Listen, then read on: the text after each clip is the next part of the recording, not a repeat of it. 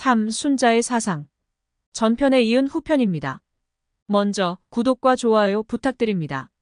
순자라는 책은 각양각색의 제자백과 사상을 종합 집대성한 결정판으로 우주의 운행에서부터 세세한 생활의 문제에 이르기까지 백과사전처럼 나열된 저서이다.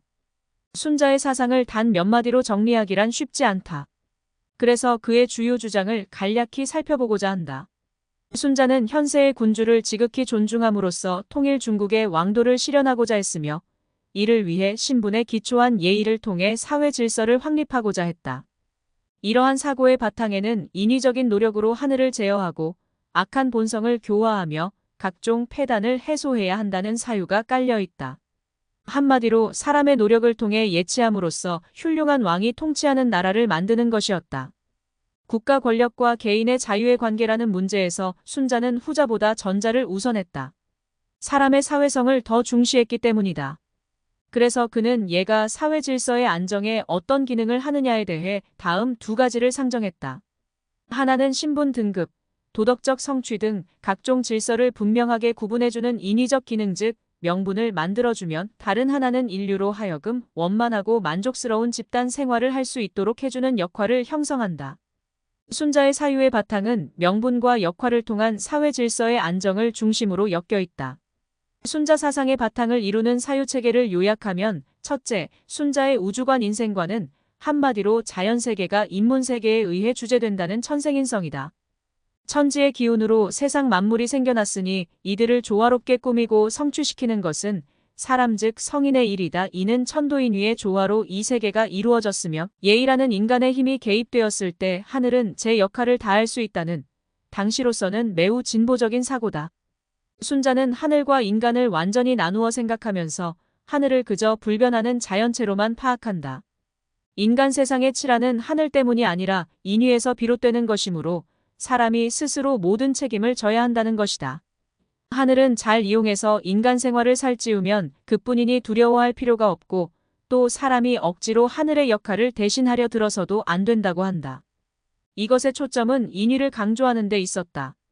순자는 사람의 본성을 악하다고 생각했다. 인간 존재가 본질적으로 이성적으로 악하다는 의미가 아니라 타고난 본능 혹은 동물적 욕망의 결과가 악하다는 것이다. 다시 말해 탄생과 더불어 사회적 존재가 될 때 인간은 악한 성질을 지닌다는 의미다. 순자가 성학설을 제기한 목적은 인위적인 교육과 감화를 통해 인간의 악한 성질을 바꾸어 선한 행위로 이끌려는 것이었다. 성의 실질은 정이고 작용은 욕이다. 순자는 이 욕이 만들어낸 무질서의 결과가 악이므로 교화가 필요하며 교화라는 인위적 노력으로 선에 도달할 수 있다고 주장한다. 사람은 텅 비고 하나이면서 고유한 마음이 있기 때문에 교육과 감화가 가능하다. 즉 순자가 주장하는 성학설의 주지는 인위적 예의를 강조하는 데 있다. 순자의 인식론은 소극적인 적폐의 해소와 적극적인 명분 바로 세우기 즉 정명으로 대표된다. 청명한 마음이 가려져 있을 때 한쪽으로 치우치는 폐단이 생겨나니 인위의 결정인 예의를 통해 쌓여가는 폐단을 해소하는 것이 올바른 인식에 도달하는 길이다. 한편 순자는 공자의 춘추정명의 대의를 계승하여 국가와 사회의 온갖 시비에 대한 분명한 기준을 마련하고 이에 따라 명분을 바르게 세움으로써 공통된 인식에 도달할 수 있다고 주장한다. 사회적 혼란은 인식의 혼란 때문에 생겨나므로 인위의 결정인 예의로 그것을 바로잡아 주어야 한다는 것이다. 4. 성군이 다스리는 나라. 사람의 사회성을 강조하고 집단 생활의 질서를 중시하는 순자는 질서를 관장하는 중추적 역할을 담당하는 군주에게 큰 기대를 걸었다. 선을 향해 가는 모든 인위적 행위의 표준인 예의를 만드는 동시에 그것을 주도하고 실천하는 성왕, 즉 훌륭한 왕이야말로 군주가 가야 할 길이다. 천하를 다스리는 막중한 책임뿐만 아니라 도덕적 판단의 최고 준칙이 되어야 하는 만큼 군주의 지위와 역할은 높이 존중되어야 한다. 이상 군주인 성왕은 인륜의 극치이며 이상적 인격의 최고 형태이다. 성왕은 성인으로서 우선 인격적으로 완전하고 지혜가 출중해야 한다. 예의와 그것의 역사적 원칙인 통률을 꿰뚫고 있어야 하며 규범을 철저히 준수하여 왕도를 실현해야 한다. 끊임없이 인위를 통해 선을 쌓아가니 모든 인민의 가치 판단의 준거가 된다. 이러한 성인은 예의를 배우고 실천하여 역사에 관통하는 원칙을 깨달으면 누구나 될 수 있다. 길거리 어떤 사람이든 우임금처럼 될 수 있다. 바꾸어 말하면 위대한 군주가 된 사람은 그러한 인위적 수양을 이룬 사람들이다. 잘 다스려지는 나라란 인민들이 성왕의 인위에 복종하면서 사는 나라를 말한다. 군주의 권위나 권력을 따르는 것이 아니라 즉 인위의 결정인 예의를 따르는 것이다. 따라서 왕위를 물려주는 선양의 행위는 있을 수 없으며 예의를 실천하는 성인만이 당연히 자연스럽게 왕이 된다. 모든 인민이 도덕적 판단의 최고 준칙으로 삼는 자가 바로 성왕의 지위를 누리지만 그렇다고 그들이 반드시 현실 사회에서 국왕의 지위를 얻는 것은 아니다. 객관적 조건인 군주의 세력이 있었기에 폭군인 거린금과 주임금은 성인이 아니었음에도 주지육림 같은 무소불위의 권력을 휘둘렀고 공자와 자궁은 모든 인민의 도덕적 판단의 최고 준칙이 되었으나 세력이 없어 어떠한 현실적 권력도 행사하지 못했다. 이와 같은 현실적 한계 때문에 순자는 기왕의 세를 얻어 군주가 된 사람의 정치적 영향력을 인정하고 왕도에는 미치지 못하지만 믿음을 강조하면 법과 인민에 대한 사랑을 실천하는 패도를 긍정하기도 한다. 어떤 상황이든지 인위적 노력만 기울일 수 있으면 예치 사회가 가능하다고 보았기 때문이다. 현실 사회에서 군주는 통치를 하면서 반드시 예의 통류의 강령을 준수해야 한다. 구체적으로 공평무사해야 하고 관직을 조화롭게 배분하여 덕과 능력에 따라 어진 선비들을 골라 써야 한다. 특히 백성과 군주 사이에서 교량 역할을 하는 재상을 제대로 선정한다면 군주는 패도를 넘어 무위의 정치를 행할 수 있는 왕도에 이를 수 있다. 신하의 도리도 마찬가지로 외제적 규범인 예에 준거하여 위로는 왕을 보필하고 아래로는 백성을 사랑해야 한다. 어린 성왕을 섭정하며 주나라 천년 위협의 기초를 다진 주공과 같은 성신이 되어 인민의 복지와 체제의 안정을 통해 도덕국가를 수립해야 한다. 5. 예로 다스리는 나라. 공자가 문을 연 유가의 이념은 자기 자신을 이기고 예를 회복해 인이 구현되는 사회를 만드는 것이었다. 맹자가 인간의 내부적 주체의 발로를 통해 자신을 이기는 극기의 길을 걸었다면 순자는 외제적 사회 규범을 통해 질서 있는 사회를 복원하는 길을 걸었다. 순자는 예의야말로 도덕적으로 완벽한 질서를 구가할 수 있는 매우 구체적이고도 실행 가능한 규범이며 역사적으로 성왕의 나라에는 예의의 대원칙인 통류가 흐르고 있다고 생각했다. 순자는 역사적으로 관통하는 예의 원칙이 지금의 정치권력에 반영되어 모든 인민들이 그것으로 예의 구체적 행위를 유추할 수 있다면 그것이 곧 가치관의 표준이라고 생각했다. 전설 속의 성왕이 아니라 현실의 도덕적 군주가 표방하고 누구나 동의할 수 있는 치국의 강령이라면 그것을 본받아 치세를 이룰 수 있다는 것이다. 순자는 그러한 도덕적 군주를 후왕이라 불렀고 예의를 치국 강령으로 삼았다. 좀 더 구체적으로 순자는 그가 처한 왕조인 주나라와 주공을 따르고자 한 듯하다. 왜냐하면 너무 오래된 이상은 상세하지 못해 쓸모가 없고 주공의 치국 이념 속에 관통하고 있는 보편적 법칙이 선왕의 예법을 충분히 반영한다고 생각했기 때문이다. 물론 순자가 예의에 통달하는 외부적 수양만을 강조한 것은 아니다. 그의 악론을 보면 내성 공부의 중요한 일면으로 심성을 둬야 하는 역할을 매우 중시하고 있다. 즉, 예의로 교육과 감화를 행하여 훌륭한 나라를 만들려면 예를 통한 외부적 절제와 더불어 음악을 통한 내적 덕성을 조화시키는 것이 중요하다고 생각했다. 목적이 교화에 있었으므로 예약은 수단이었지만 백성의 욕망을 적절히 만족시킴과 동시에 신분에 맞는 분수를 지키도록 적절히 절제시키는데 예약의 기능은 매우 중요했다.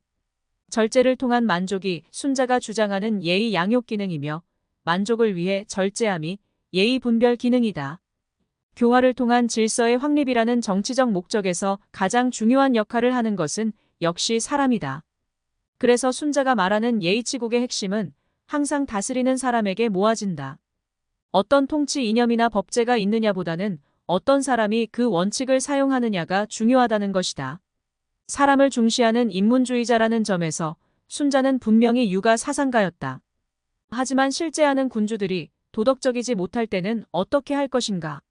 선왕이 제정했다는 절대적인 예의의 근원은 무엇인가? 자유로운 인간 정신으로 예가 수정 또는 보완될 가능성은 없는가 등에 대한 구체적 해답은 순자에서는 얻기가 힘들다. 이런 상황에서 예의라는 절대적 가치 기준만을 강조하는 것은 자칫 절대 권력을 소유한 통치자들에게서 통치의 편의를 위한 독재의 도구로 흐를 수 있는 권위주의적 가능성을 내포하고 있다. 그의 제자 한비와 이사가 스승의 예라는 글자를 법자로 고쳐 법가를 대표하는 인물이 된 것은 우연이 아니다. 6. 순자의 그림자. 전국시대 후기에 활동한 순자는 제자백가라는 위대한 사상적 성취의 결과들을 모두 섭렵할 수 있는 환경에서 살았다. 순자도 공자와 마찬가지로 특정한 스승에게서 배우지는 않았다. 많이 읽고 체험하고 고민하면서 독자적인 사유의 세계를 형성한 것으로 추측된다. 사기에는 맹자가 자사의 제자에게 배운 것으로 명시하고 있으나 순자에 대해서는 상세한 기록이 없다. 순자의 내용을 보면 그가 주장의 근거로 제시하는 것이 대체로 서경과 시경에서 인용한 문구이고 곳곳에서 중리, 즉 공자와 공자가 왕이 될 만하다고 칭찬한 제자 자궁을 극찬하고 있어 육아의 학통을 계승한 것으로 보인다. 공자의 문화생은 크게 내적 성찰과 심신의 수양을 중시하는 증자, 자사 등의 분파와 외적 형식과 공공의 예의를 중시하는 자하, 자유 등의 분파로 나뉜다. 자궁은 내부 덕성과 외부 행위를 동시에 강조하는 공자의 제자이나 행적이 잘 알려져 있지 않다. 순자가 그의 제자의 문화에서 공부했다는 증거는 없다. 또 권학에서 시작하여 요문으로 끝나는 책의 편제나 구성에서 순자는 상당 부분 논어를 모방한 흔적이 짙다. 결국 순자는 육아의 경전들과 공자의 주장을 학문의 바탕으로 삼았음이 분명하다. 또한 제자백가의 경계가 불분명하고 구체적으로 특별한 학파 조직이 없어 학문 간의 왕래와 취사 선택이 자유로운 시기였음을 감안하면 말기에 출현한 순자도 분명 다른 학파의 학설을 광범위하게 섭취했을 것이다. 그는 법적 경향이 강한 제나라 직하학궁에 유학했으며 그의 혁명학은 명가의 영향을 받은 듯하고 지식 방법론에 대한 조예는 묵가의 영향을 받은 듯하다. 또 인간의 본성을 설명하기 위한 마음에 대한 생각은 도가의 서적에서 자극을 받은 것 같다. 그가 철저히 배척한 것은 음양오행 사상뿐이었다. 이렇게 유학자이면서 제자백가의 장점을 비판적으로 수용하여 일가를 이룬 순자의 학맥이 어디로 연결되었는지는 지금으로서는 밝히기 매우 어렵다. 제자백가를 학파로 구분하고 따로 학맥을 설정하여 설명하는 경향은 한나라 때의 일이니 전국시대 학자들과는 무관하기 때문이기도 하고 학문 간의 넘나들미 심해 주장이 문제될 뿐 학파는 중요하지 않았던 풍토 때문이기도 하다. 천하를 주유했고 학문적 위상이 당대 최고였던 순자이고 보면 분명 학맥의 계승자는 대단히 많았을 것이다. 진나라의 천하 통일에 결정적 공헌을 했던 이사와 한비 외에도 전국시대 말기에서 진나라를 거쳐 한나라 초까지 유학을 이은 사람은 거의 순자의 문화생이거나 그의 제전 제자가 주류를 이루었다고 알려져 있다. 특히 육아 경전의 전승과 전파에서 순자가 미친 공헌은 지대했다. 오직 육아 사상만을 국가 이념으로 존중한 한무제 이래 한나라, 당나라 유학이 사실상 경학이었음을 고려한다면 유학사에서 순자의 위치는 대단히 중요하다고 하겠다. 거의 모든 육아 경전의 전승이 순자와 크든 적든 관련이 있기 때문이다. 이렇듯 순자는 공자와 맹자의 계승자이면서 유학을 집대성한 위대한 사상가였다. 구독과 좋아요 부탁드립니다.